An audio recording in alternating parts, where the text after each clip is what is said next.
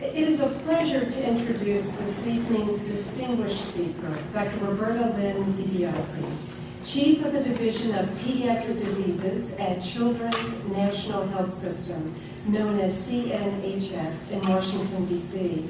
In fact, Roberta and I kind of arrived in this area almost at the same time at about 6:25. She has a lot of traffic to go through, and I have no excuse. So she holds appointments as Professor of Pediatrics and Microbiology, Immunology, and Tropical Medicine at the George Washington University School of Medicine. And she serves as Principal Investigator in the Center for Translational Science at Children's Research Institute. After graduating Phi Beta Kappa from Boston University, she received her doctorate in medicine at the University of Virginia School of Medicine and completed internship and residency in pediatrics at the University of California, Davis Medical Center. She completed her fellowship in pediatric infectious diseases at the University of Colorado, Denver Children's Hospital, and served on the faculty for 10 years in Denver prior to joining Children's National and George Washington University in 2005. Dr. DiBiase treats normal and immunocompromised children who are hospitalized with severe infections at Children's National Medical Center. Her scientific expertise includes basic, clinical, and translational research, and she serves as principal investigator for research specifically focusing on severe and emerging viral infections. She chairs the CNHS Ebola and Emerging Infections Task Force and co-leads the CNHS Congenital Zika program, something we've heard a lot about in our national news. She interfaces with regional, national, and international authorities in all of her roles. She evaluates and manages pregnant women and infants with Zika exposure and infection, and is performing Zika-focused research in South America. Dr. DiBiase has authored over 70 publications in prestigious journals. She enjoys teaching and mentoring graduate and medical students, residents, and fellows in the classroom, in the hospital wards, and in the research laboratory.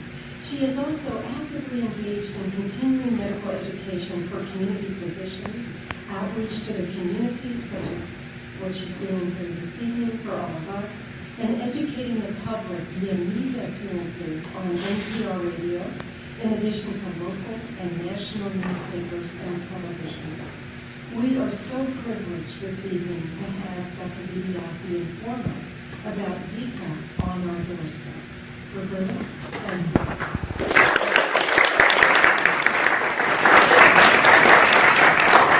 Well, thank you so much for that introduction. And the most important part of my resume is I live right here in Shepherdstown, and I love it here. And I really am always happy when I get asked to speak locally because it's not something I get the opportunity to do very often. So thank you very much. And I also wanted to give in our infectious disease program, we train 3 physicians a year to learn to be infectious diseases doctors. And just last week, I had one of our most qualified applicants who was a Shepherd University graduate and went on to do her med school at WVU and has done very great things since then. And who knows, she may end up joining our division. So I just thought I'd give you that feedback. It's a very good place here that people are learning science and everything else. So without further ado, I'm going to talk about Zika virus today. And I think everyone in this room, including our front row youngsters here, have probably heard something about Zika. I speak to different audiences, and I'm going to gear this more towards the community, but we can, in the question and answer period, which I always leave time for, touch on anything that you have particular interest in. So our objectives are for you to understand when you leave the room the global scope and impact of this epidemic. So why is it such a big deal? Why is it in the news so much? For you to understand what the symptoms are should you go to an area where you may be exposed, to be available at the testing that we do, and be aware that we have very complex, but we don't need to go into details, but for you to know that there are national guidelines for both pregnant women and their babies for what we should do to evaluate these babies and follow them, to know what you can do to protect yourself, And then we'll touch just a tiny bit at the end on what the latest research is starting to show us. And I'll tell you about our program at the very end. So I'm going to start always with a case, because this was our first patient that came to Children's National, really before it was very heavily in the news. So she was a 33-year-old woman in her first pregnancy who lives in D.C. and, like many people, vacationed in Belize, Guatemala, and Cancun when she was very early in her pregnancy, along with her husband. 2 days after she returned, she had a very nondescript mild illness, and it was 5 days. She had a very low-grade fever. She had this rash, which I showed you a picture of. It was sort of a red splotchy rash, a little bit itchy. She was a little achy all over. In retrospect, maybe her eyes hurt a little bit, and her husband, interestingly, had the exact same symptoms, and it happened at the same time. So she had an obstetrical evaluation with her obstetrician pretty much right after she got back, and the ultrasound looked fine. She had a repeat 4 to 5 weeks later, which that obstetrician decided to do on his own because that actually was not even in the guidelines yet. And these actually looked good and were reassuring. And she was an educated woman and had Finnish she was a resident also of Finland, and found a scientist who could do Zika testing at that point. And it was indeed positive. So she knew she had Zika infection, but was reassured that she had normal ultrasounds. Unfortunately, several weeks later, she had a repeat ultrasound again, and this one did not look quite normal. And that's what led her to be sent to our center, because at our center we can do some specialized imaging by MRI on the pregnant woman. And we also were able to do amniotic fluid analysis, which showed that the amniotic fluid was also positive, meaning that likely the infant was infected. So this was written up in the New England Journal of Medicine and was one of the first articles that talked about what you see with fetal imaging. One of the first things we noticed was, if you've heard in the news, people are talking about babies that have very tiny heads or calcifications on their imaging. And this baby had neither one of those, but it was clear that this child's head was not growing normally. So if we followed the circumference of this baby's head over time through the pregnancy, it was dropping off. And this is just like a growth curve that we plot our children on as they grow. But we do this in utero as well. So this baby's head was clearly becoming smaller and not growing.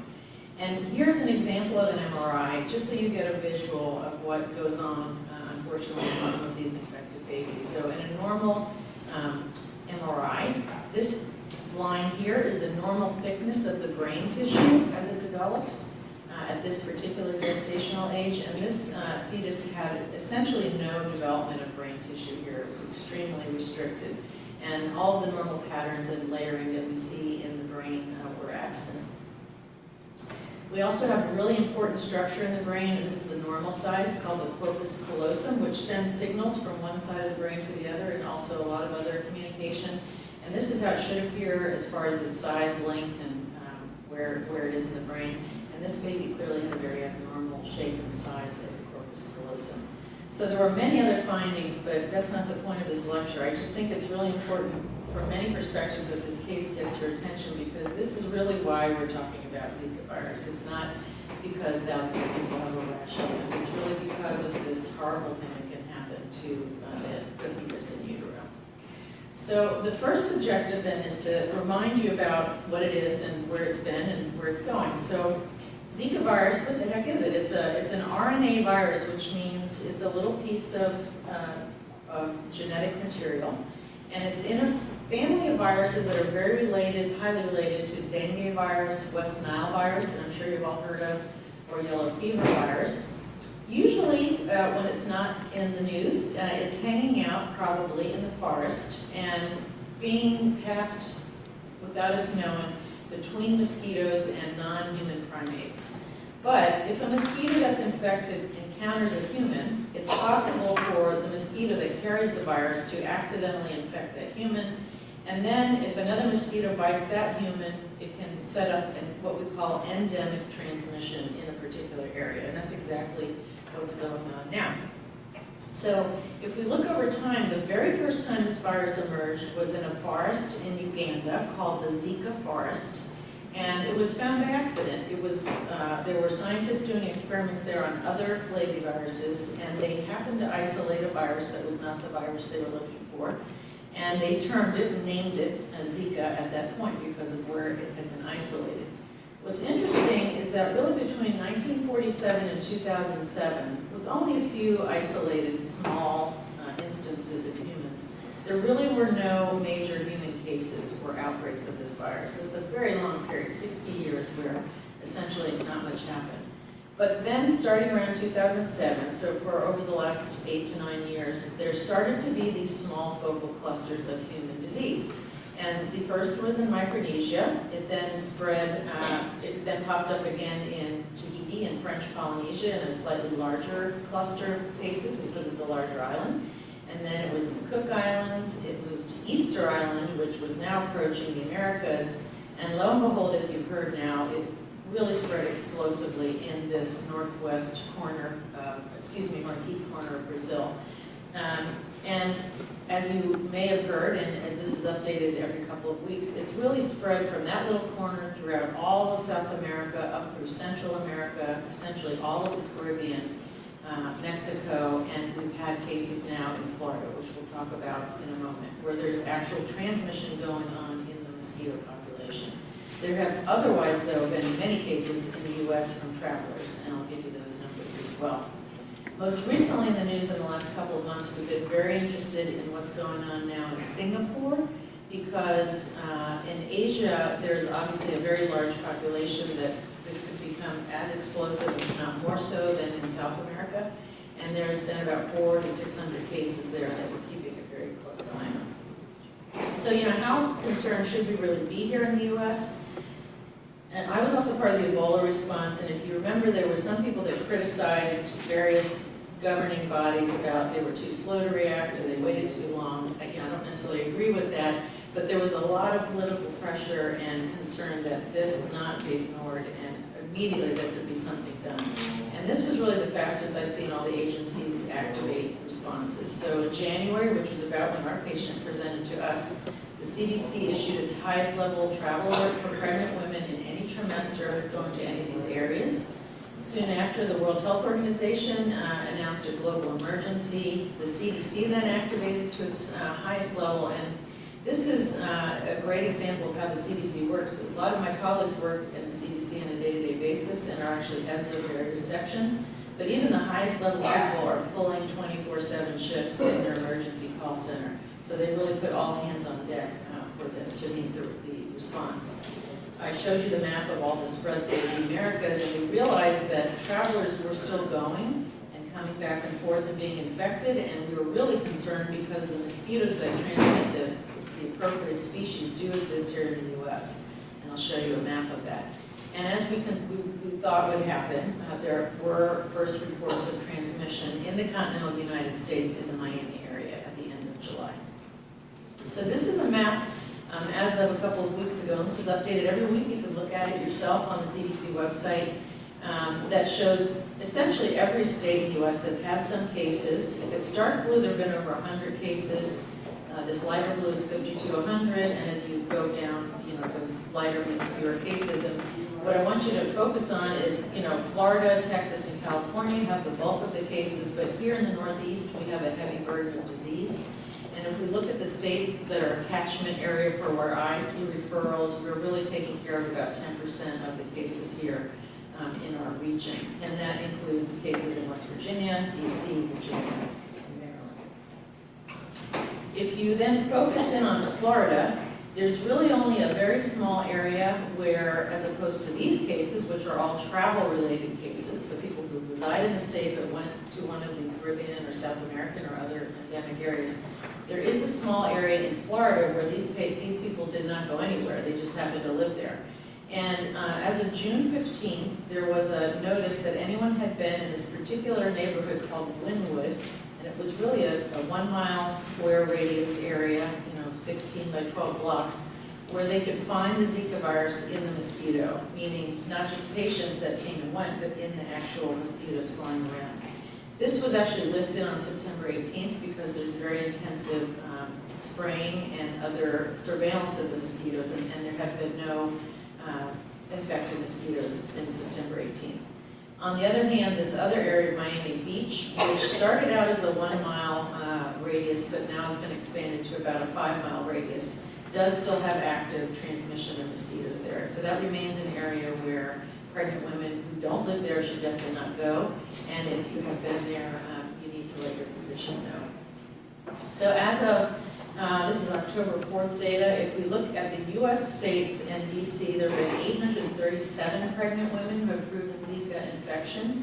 And if we include the territories, which are Puerto Rico, the Samoan Islands, and the U.S. Virgin Islands, we have 1,600 additional pregnant women. So this is over 2,500 women in our own United States. And I think that's one of the main take-home points I want you to leave with and tell your friends that this is not just some distant, faraway thing you don't need to worry about. You do need to worry about it and be aware of when you travel to these areas, because some of these people didn't realize or had to go travel and this happened.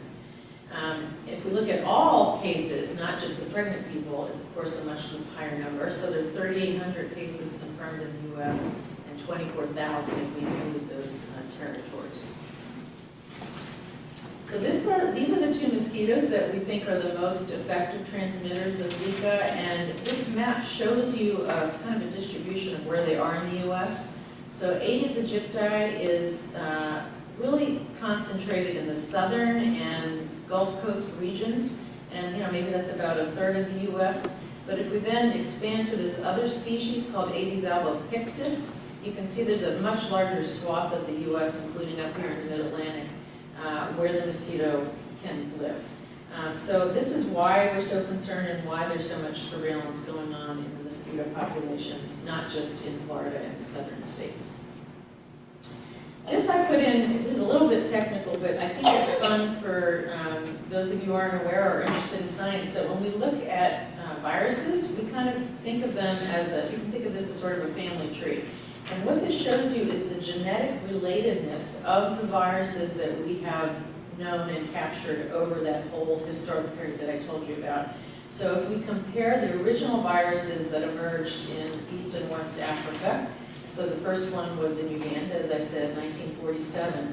Each one of these lines represents a little bit of a change or a mutation in the sequence of the virus.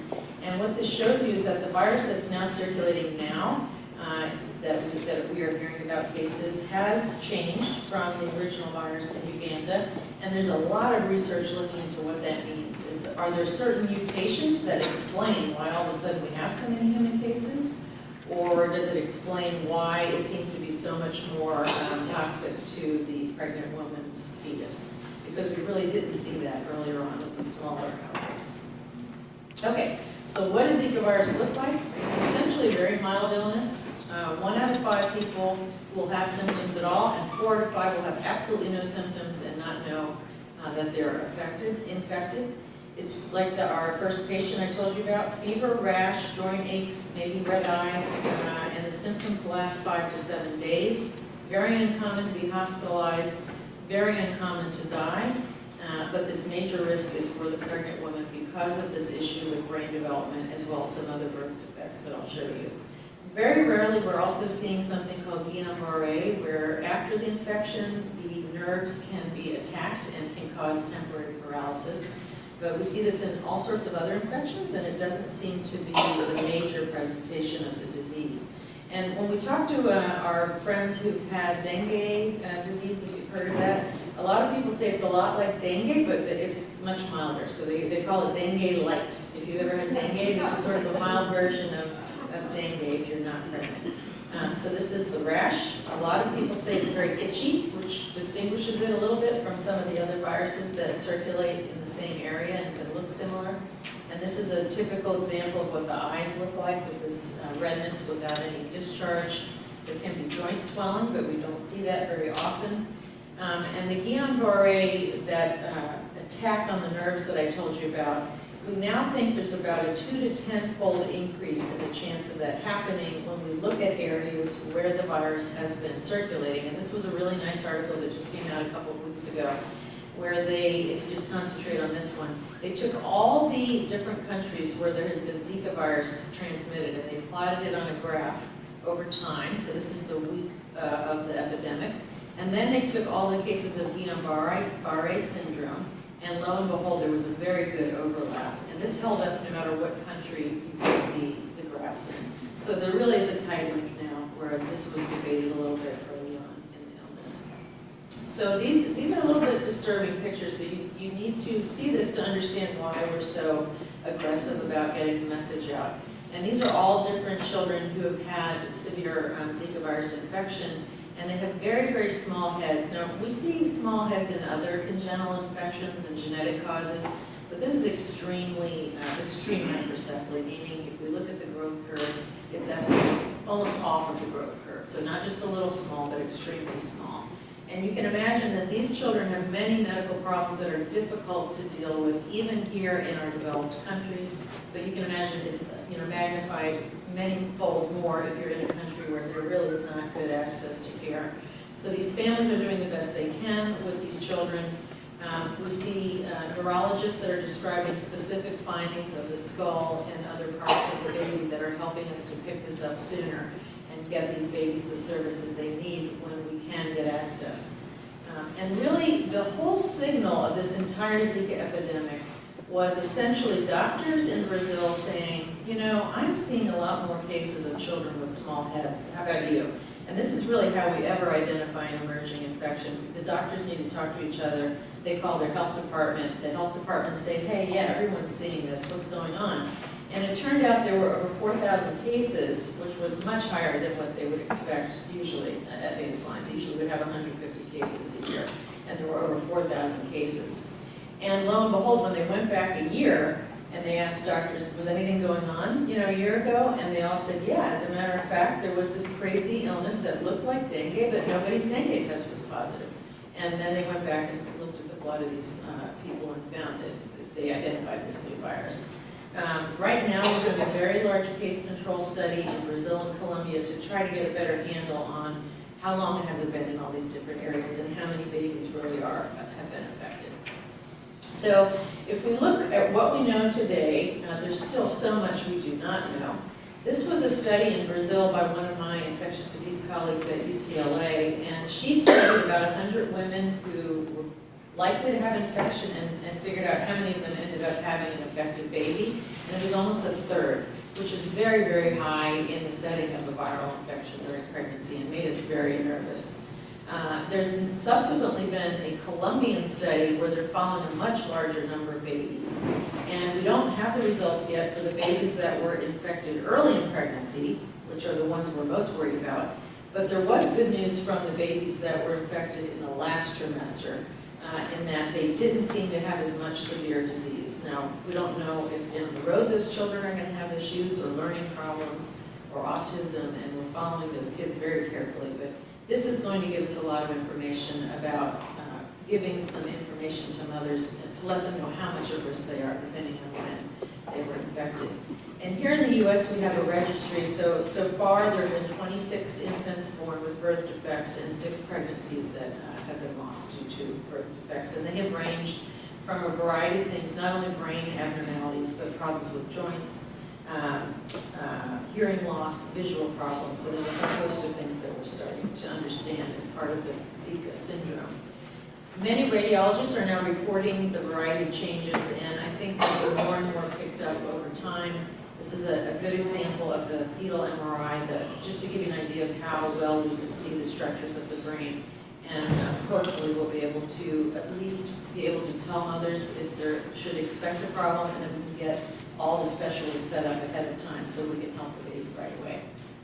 So next I just want to talk a little bit about testing, and we have 2 kinds of tests. And this is really true for most infectious diseases. If you come at the right time, you can try to actually find the virus in your blood or in your urine or in some other body fluid.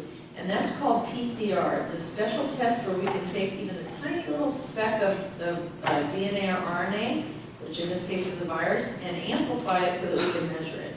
And we have found that in the blood, if you come within two weeks of your symptoms or when you were there, it's a pretty sensitive test, and in the urine up to 3 weeks. So that's our current guidelines from our health department and CDC.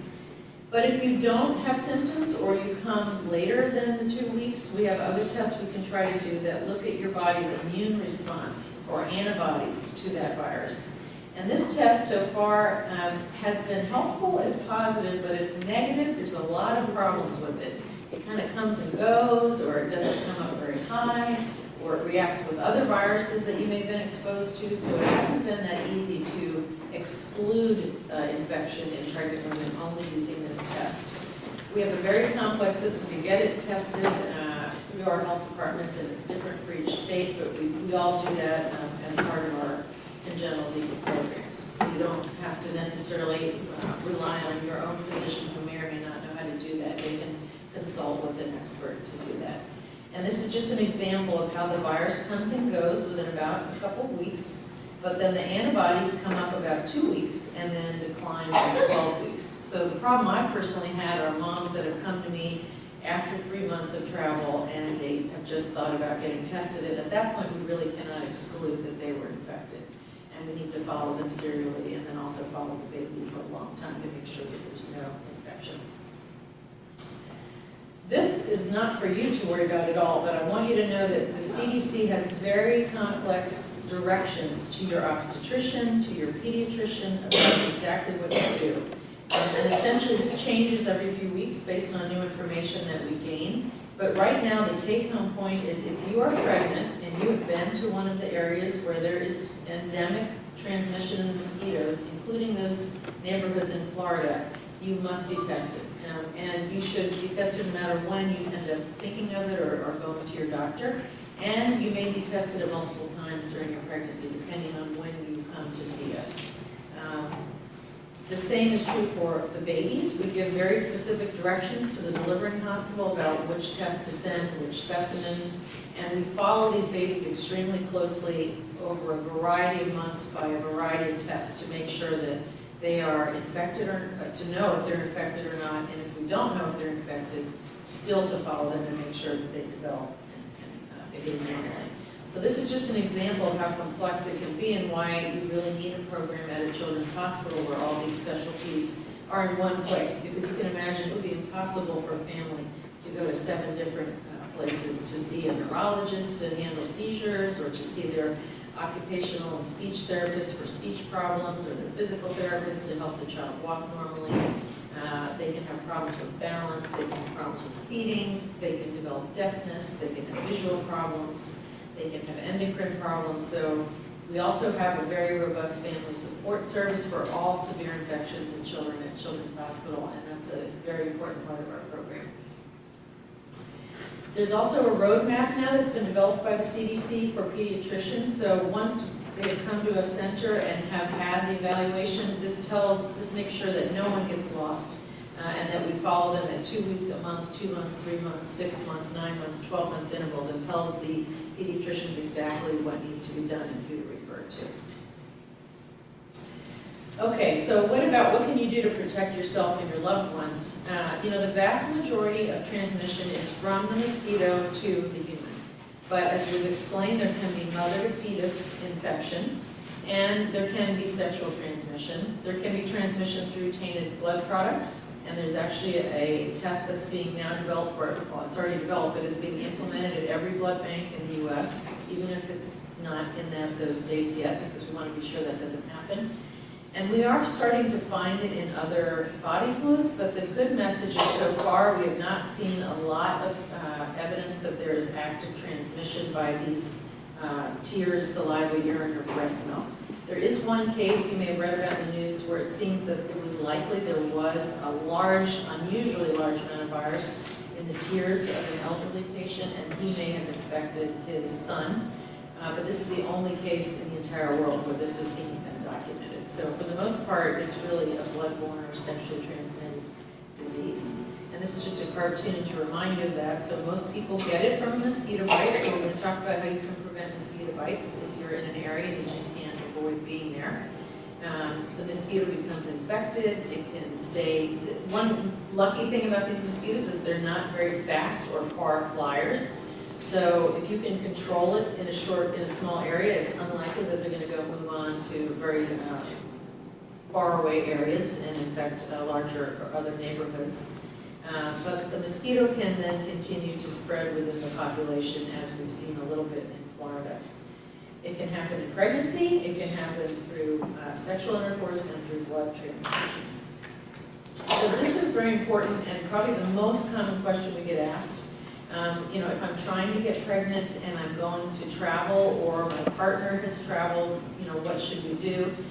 The concerning thing has been that the duration of shedding has been 2 to 3 months in sperm, in most of the, up to 2 to 3 months in some of the studies. So in general, for public health, we take what we know and we triple it. So the recommendation now is to take this 2 months and triple it to 6 months. And that is if there are symptoms or not. So if a spouse or a partner went to one of these countries on a business trip, let's say, or vacation, even if they're completely well, you should wait for 6 months. And women should wait 2 months. Just there seems to be a shorter period of viremia. If there's a pregnant patient, there has to be essentially no unprotected intercourse throughout the duration of the pregnancy because of the problems that we just talked about. So this is a reminder that the mosquitoes are really kind of problematic for a variety of reasons, not just Zika virus. The Aedes aegypti virus can spread other viruses such as, mosquito can spread viruses such as chikungunya and dengue, and they tend to bite during the daytime, so you have to put your spray on during the day.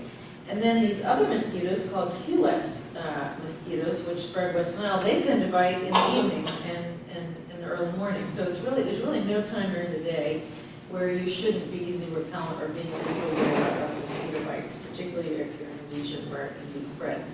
And probably the second most common question we get asked is, well, what are the best repellents? And we can really only comment on EPA-approved insect repellents. So DEET is the most common ingredient that you'll find in any of your drugstore or over-the-counter repellents. Picaridin or oil of lemon eucalyptus, these are all fine. And these are examples of some of the brand names that you, I'm sure, have used. So Off, Cutter, Sawyer, Repel, Skin So Soft, these are all fine and work very well. We really cannot say anything about natural insect repellents at this point. They've not been evaluated for effectiveness. So these are just some examples of unregistered repellents, which you may have heard of. So citronella, cedar oil, geranium oil, peppermint oil, soybean oil. I'm not saying that they don't work, we just can't say that they do work with certainty enough for something that's this severe. The other thing to remember is you need to keep putting the repellent on, so some people put it on and then they forget. And you need to put it on every couple of hours. And you need to put it on after your sunscreen, because if you put the sunscreen over it, it doesn't work. So the last thing I want to talk about are, what are the research questions, particularly for our young scientists in the audience, or people in the audience that are interested in this and are biologists. These are really the burning questions for everyone in the field. So, can we actually predict the risk of transmission to the infant if a woman's infected? And on this day, I cannot look a pregnant woman in the eye who's come in, who's had exposure, and I can diagnose her and tell her if she's infected or not, but I can't tell her how likely it is that her baby will be affected. And this is, obviously very concerning for all of us. We really think there is a higher risk of infection or neurologic injury in the early parts of pregnancy, but we haven't really proven that yet, and we'll have to wait for that very large study in Columbia to know that. What is the actual mechanism of damage? And we don't have time to talk about this, but there are many things that can happen to a neuron when it's developing. So you could either just kill the neuron so it can't grow, or you could not kill it but affect the way it's supposed to migrate and develop into a brain. There are actually all different types of cells in the brain besides neurons, and it could be that those cells that are important to help a brain neuron develop are also affected, or that there's an inflammatory response that then attacks the neuron. So there's many areas of research here going on in both animal models as well as human tissues in the unfortunate cases where the infant does not survive. I'm personally interested, because I'm a virologist, in whether or not we can find what are called biomarkers to predict. So not just tell mom, well, we looked at 12,000 people and here's your chance. What we would like to do in any disease is be able to look at you specifically and say, well, if you have this, it's highly likely, and if you don't have this, it's highly unlikely. So one of the things we're very interested in is not just whether your virus test is positive or not, but how long it stays positive and how high the amount of virus is. And we're actively looking at that in our Colombian study. A major part of the funding that you've heard finally was passed by Congress will go towards studies that will follow these babies very closely over a 4 to 5 year period. Because we honestly don't know, even if a baby looks fine at birth, if that baby is going to be fine at 4 or 5 years of age when they go to school and need to learn and all the things that children do. So this is our, I'm wearing the same dress, I just noticed as I entered. I promise I've washed the dress since then. But this is our collaborators in Colombia. And these two gentlemen are 2 of only 5 what are called maternal fetal medicine specialists in this entire region up here in the northwestern part of Colombia, in a town called Barranquilla, which is one of the 3rd hardest hit places in Colombia. And you can imagine they are inundated with thousands and thousands and thousands of women who've been infected who are seeking, expert advice. And they're working 24/7. They actually go to 3 different like this. When I went to visit them, you could hardly hold on to them because they were running from place to place. But they have very good diagnostic capability there, and we've been able to get our GE worked with us to get the MRI capability up to our standards, and we can actually, by telemedicine, have them do MRI with their radiologist on these babies, and then beam us, if you will, the images, and we can then look at the images. And we're doing this in a IRB or research-approved study where we're looking very carefully at comparisons between ultrasound and MRI, as well as the blood work that I mentioned to you. And we've currently enrolled about 50 women in that study. The last couple things I just want you to know is that there's lots and lots of very smart, what we call basic science researchers, just like our very own President Hendricks, who I don't know if all of you are aware, but we are incredibly lucky to have someone of her stature in basic science here at Shepherdstown. But there are many labs across the country that are focusing on developing models where we can then study the disease and understand what happens in humans in either a petri dish or in a mouse. So we've already figured out that there are certain neural developed progenitor cells that seem to be the most highly targeted of the virus. We've also learned that not only can the virus infect neurons, it can infect both the maternal and the fetal placental cells, and that can affect how nutrients get to the baby, how well the baby grows. So this is yet another way the Zika virus can hurt the fetus, and will give us more information about possible interventions. And there's all sorts of models that people are looking at to figure out exactly where the virus is going and what it's doing in the placental environment. So vaccine, I'm sure you've heard there's a vaccine, and there's actually many vaccines that have been in development. There are some viruses or vaccines that are based on a Zika virus that's been inactivated, so kind of like our usual flu vaccine that we inactivate. There are some where they actually take specific little pieces of the virus, and these are called DNA or RNA vaccines, and this is the one that's actually been most highly developed and looking the most promising right now. And then there are also vaccines where we take a different virus and kind of hide the Zika virus in it and use that to get it to the person. But the one that you've heard about in the news is a DNA vaccine that looks very good at protecting infection and making the right antibodies. It didn't seem to have a lot of side effects, and it's now been launched as a phase 1 study in healthy volunteers, 80 healthy volunteers, young people that are willing to do these studies. Have been injected with this virus and are being studied carefully over a 3 to 6 month period. We should have those results by December, and if those look efficacious and safe, then there'll be a larger, what we call phase 2 trial that will take place in some of the endemic countries.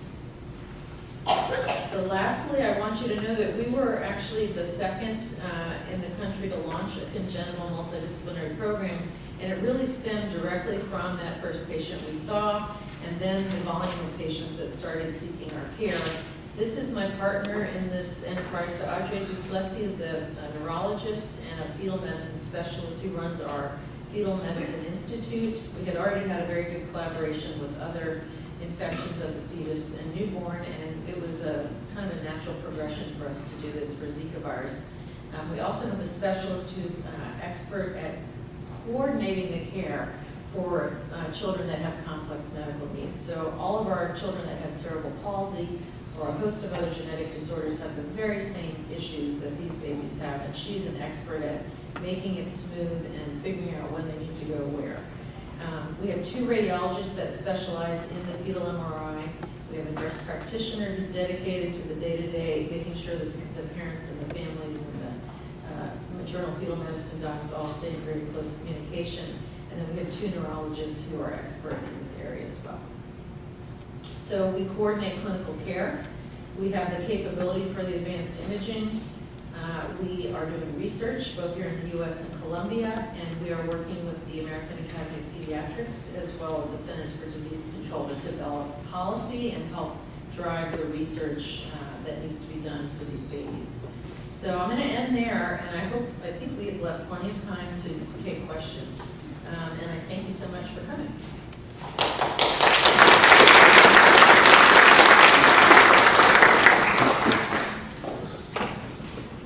Yes. Roberta, great presentation. Really appreciate your sharing your insights.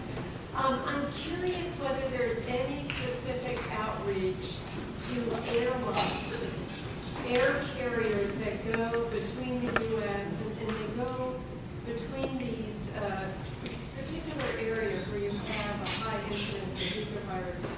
If anything else, to be able to give this kind of information to individuals who are going to go and enjoy themselves. Right. Well, there's a whole branch of the Centers for Disease Control, and I'm going to blank on the whole acronym for it, but essentially they focus on working with airports to control the spread of contagious diseases, and I became very familiar with them during the Ebola outbreak. So it's called Global Quarantine and Transmission or something like that. And they actually work very closely with every single airport you can imagine in these areas. So they do have ways to screen and try to not, advise people not to travel or prevent them from traveling if they have obvious symptoms, or to counsel them if they are going to a place, if they are obviously pregnant, to let them, you shouldn't probably be going, or have you been, do you know about this? You'll see in the airports there are actually signs up now that will tell you, if you're pregnant. So that's a very important point.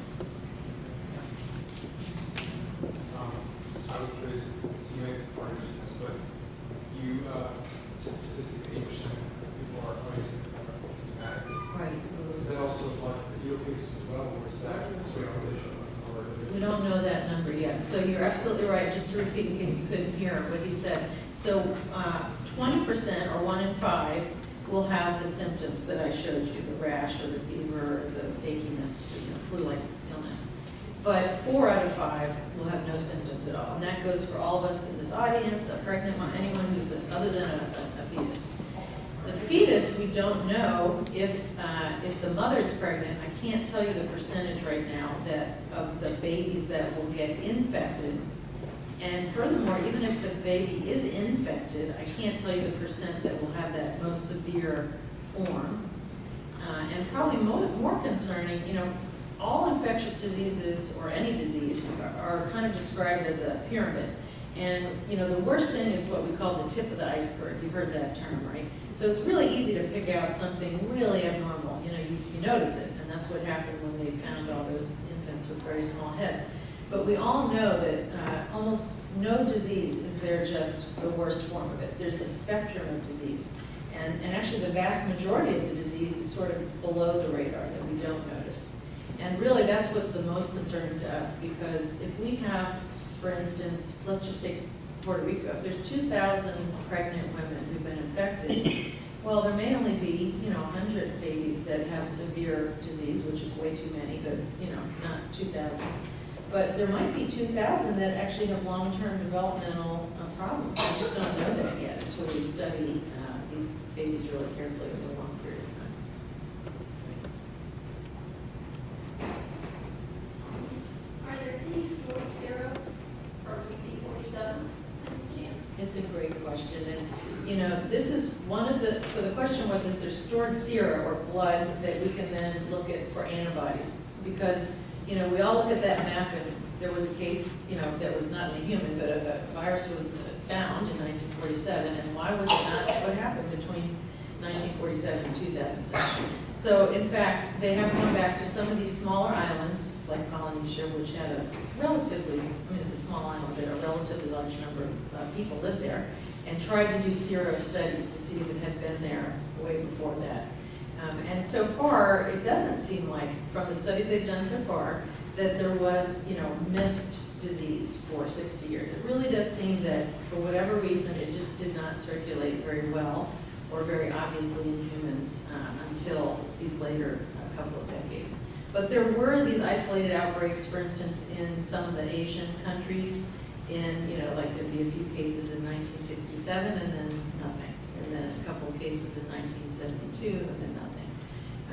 So I personally think, like most of these emerging viruses, that the virus evolves, and we know it's evolved from the genetic analysis of it, and usually those evolutions confer some sort of change in what we call the virulence of the virus.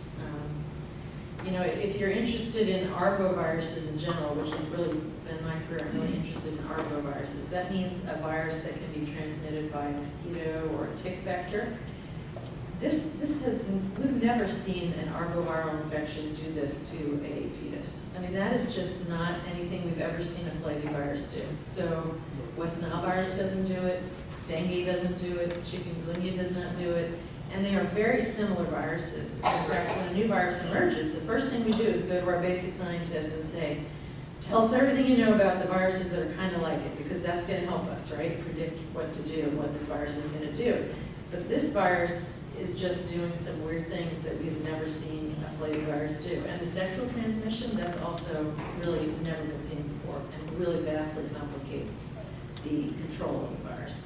How did they determine the 1947 sample was just from? It was from the blood of a primate. So they were doing primate studies in the Zika forest on a different virus, and I think it was yellow fever, so they were just doing what they usually do, and they were isolating blood samples and found a virus that was not, or antibody response that was not specific to the virus they were looking for, and then characterized it. In 1947 or current? 1947.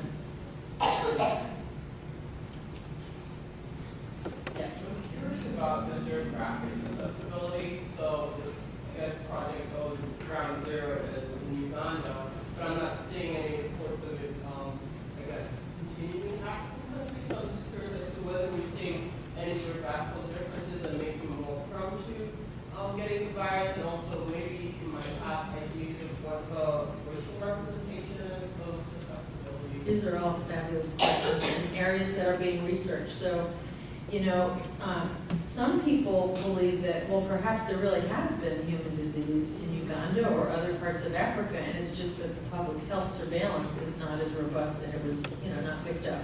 So there are active studies going on in some of those countries, as she was alluding to look serologically, like what percent of the population has ever had evidence or a footprint of Zika infection. And I don't have the results of those studies yet. Those are all ongoing.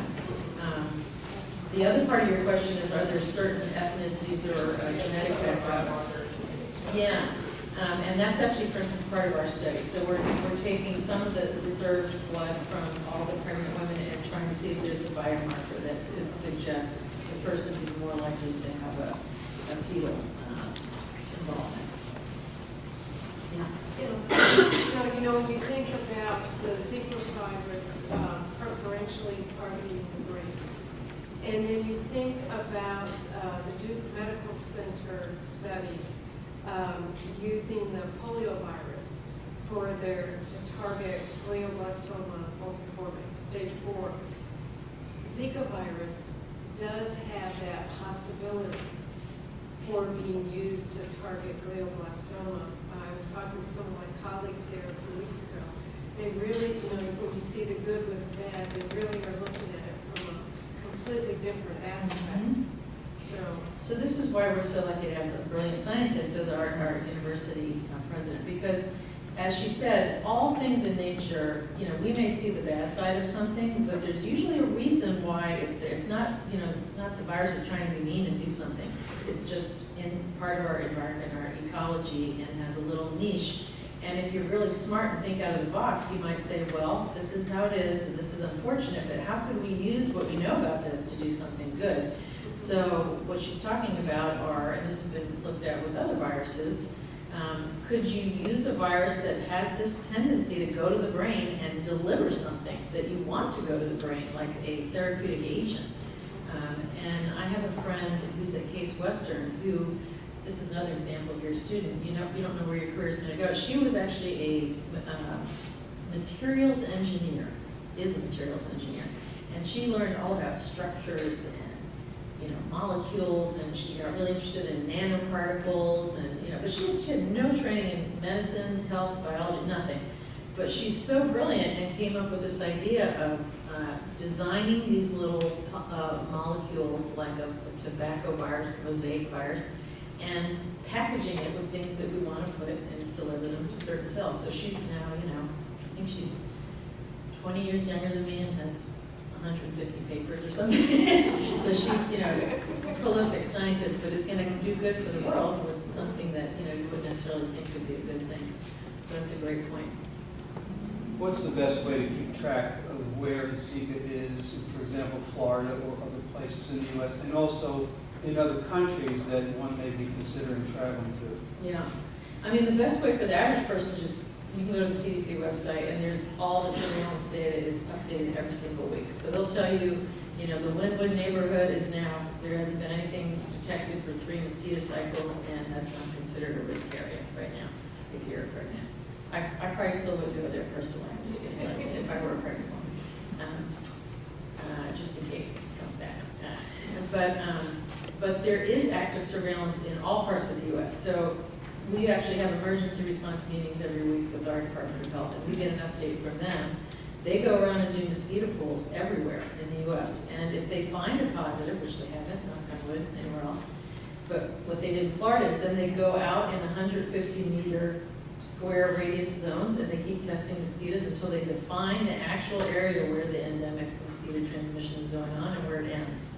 And as I told you, these mosquitoes do not fly very high or very far. They tend to stay pretty close, and then they can target their intervention into that area and hopefully wall it off like they did in Linwood.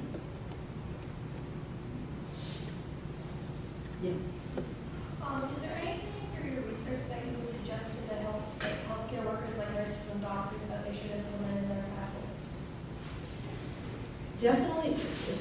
Definitely the most important thing you can do as a provider or as a grandparent or as a parent or anyone that knows anybody is just to make sure people are aware that it can happen to a U.S. citizen. Because I'm amazed, even when I get asked, I do a lot of these talks now at medical centers where people want an update, and there'll be different audiences. But I'm amazed how some people don't even realize that the number of cases we've had in the U.S. and that it really has affected every state. And then, yes, you here, if you go there, can be infected and have this happen to you. So I think that's the number one thing you can do. And really, it's been instituted now. There's lots of stuff for the practitioners. If you are a practitioner, you can go to the CDC website, and there's literally materials you can give to patients. It tells you how to have a conversation with them about all of this, what to ask. Every single pregnancy visit, by the way, did you happen to go to any of these places? Just to keep it on people's mind and not wait until later.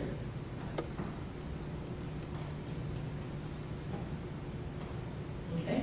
Oh, thank you. Thank you.